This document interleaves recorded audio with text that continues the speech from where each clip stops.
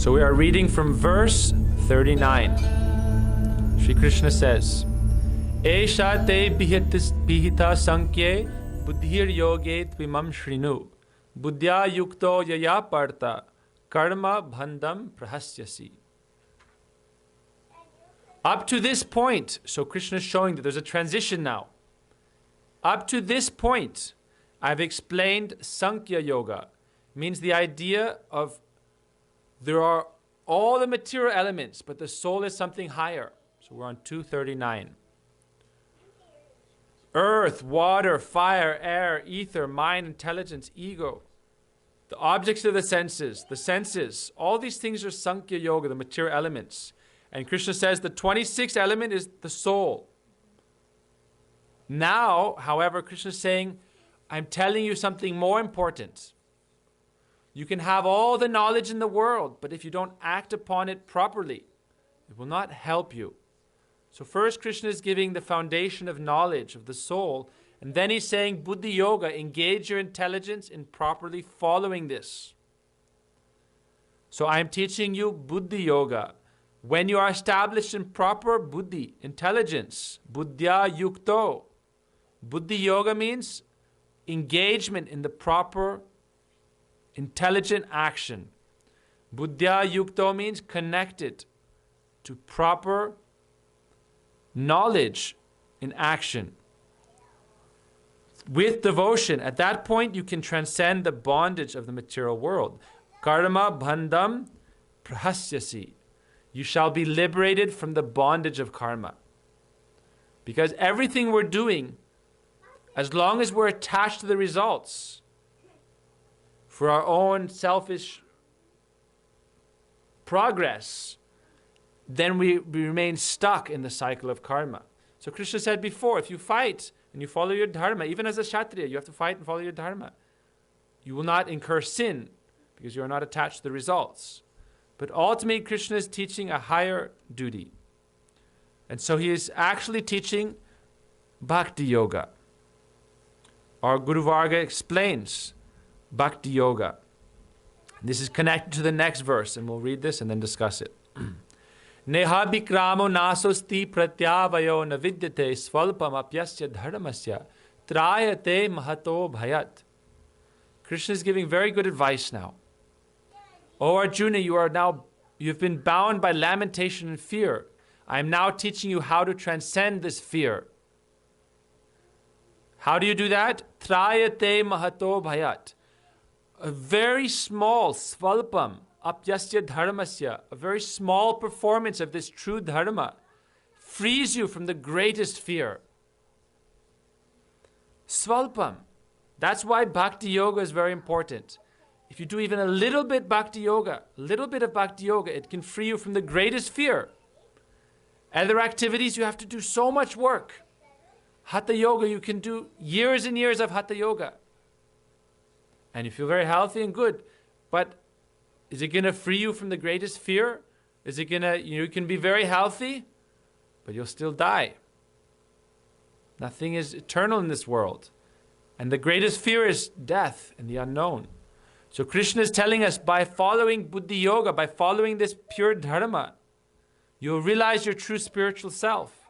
You'll realize your eternal relationship with Krishna. You'll be freed from all fear. You'll eternally be with him in his pastimes, full of bliss, full of joy, full of love and devotion. Therefore, try to follow this dharma. This Bhakti Yoga is very important.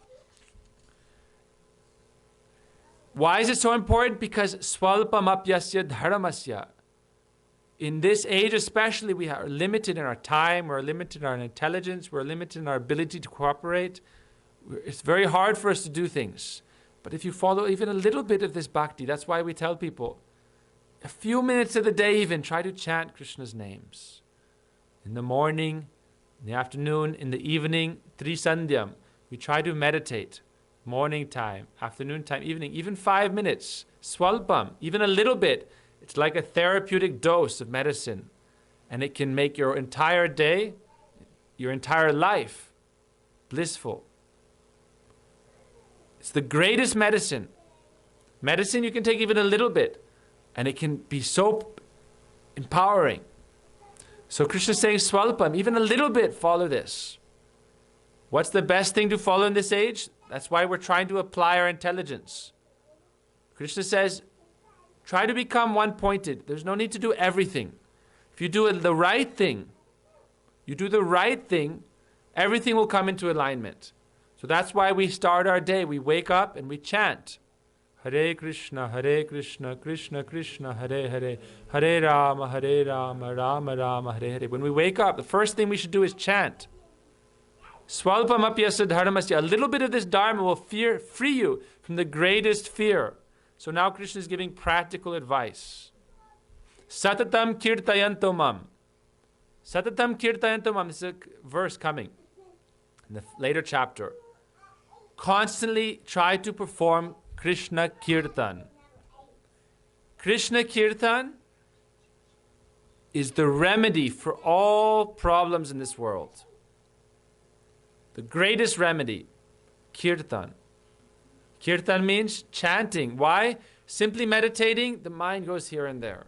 When you loudly do Kirtan, it's much easier to engage the mind. Sit with devotees and chant Hare Krishna, Krishna Krishna, Hare Hare, Hare Rama, Rama Rama, Hare Hare. We do this Kirtan. With devotees we do this Kirtan. When we're alone, we wake up, we do this Kirtan. When we're in the shower, we can do this Kirtan. When we're taking prasadam in our mind, we can do this Kirtan. Simply chant Krishna's names. This is Buddhi Yoga. Kirtan is Buddhi Yoga. This is the best process. Bhakti. Then when you do Kirtan, naturally, Krishna will arrange all things for you to follow. You will hear Harikatha. You will be in Sadhu Sangha, devotee association. Everything will come by the performance of Kirtan. If you chant, you'll enter into association of devotees. You'll hear Harikatha. You'll do arch and you'll serve the deity. But if you don't chant, everything will be in vain. You'll give up everything. Therefore, Hare Nama, Eva Kevalam Kalo Nasteva Gatiranyata. The only way, this chanting is so powerful. You could say, oh, I should do archan. But say, you're attacked somewhere on the street. Are you going to do archan then? You can chant Harinam. You can't do archan when you're unclean. You can chant Harinam even when you're unclean. Nam namakari bahudani jasarva saktis tatrapita niyamate swaranena kala itadrisitava kripa bhagavan mamapi durdaiva midri samihajanina anuraga. There are no rules and regulations to the chanting of the holy names. In any situation, even at the time of death, you can chant the holy names and you'll be saved. You'll go to the transcendental world. So Krishna is saying, transcend the bondage of karma by following Buddhi Yoga, using your intelligence. Swalpam, even the littlest performance of this, frees you from the greatest fear. How long does it take to chant Krishna's names? Hare Krishna. 1 moment. Hare Krishna. 1 moment. And it can free you from the greatest fear. You can get liberation from the bondage of karma. All problems will be resolved simply by chanting Hare Krishna. That's why we see in Vrindavan, constantly Krishna Kirtan is going on. You can go on Parikrama and there's thousands of temples. Every temple is playing. Even they will sing Kirtan when the Kirtan there's not being singing. They'll play the Kirtan and they'll have 24-hour Kirtan. Try to engage in this Krishna Kirtan. There's a beautiful story and we'll end with this. We'll tell this story and then we'll stop for today. Showing the application of Buddhi Yoga and the results. You can live a whole lifetime of sin. But if you merely chant Krishna's names, not only does it cleanse all your sinful reactions, but it can grant you liberation. Not only liberation, but you can become Krishna's Parishad, his associate. So there was a Brahmin by birth. Most of you probably know this story. Some people may be watching. People will watch who do not know the story, so we'll tell it. There was a Brahmin, this is in the Bhagavatam, and it connects to near-death experiences. That's why I want to tell it today. It connects to near-death experiences, and it connects to the idea of Buddhi Yoga. Use your intelligence to follow, a little bit of, like if I were to tell somebody, in 1 hour you can make $1 million. Now that would be probably a fake ad. But, if we could tell somebody, if you do a little bit of something, in 1 hour you can make $500, or in 1 day of hard work you can make $80. Which one do you want to do? So what we're trying to say is, do a little bit of the right thing, and then it can make your whole life successful. That's better than doing a whole lifetime of difficult things. And if your life is successful or not, there's no guarantee. Maybe this life you'll be happy, you'll be wealthy, but after you die, the result of that karma is still going to come to you. So if you chant Krishna's names, swalpamapyasya dharmasya, chant Krishna's names. Chant Radharani's names, chant Gurudev's names. Simply chant. Then your life is guaranteed to be successful.